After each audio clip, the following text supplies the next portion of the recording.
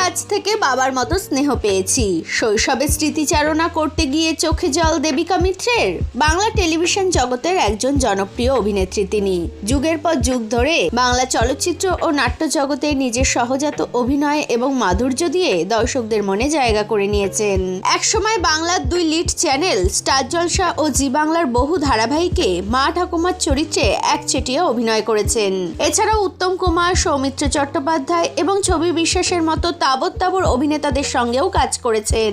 তার ছবির প্রথম কাজ ছিল মহানায়ক উত্তম কুমারের সঙ্গে। সেই অভিজ্ঞতা আজও রয়ে গেছে স্মৃতির পাতায়। সম্প্রতি এক সাক্ষাৎকারে তিনি বলেন, উত্তম কুমার সেটে কখনো বুঝতে দিতেন না তিনি কত বড় মাপের একজন অভিনেতা।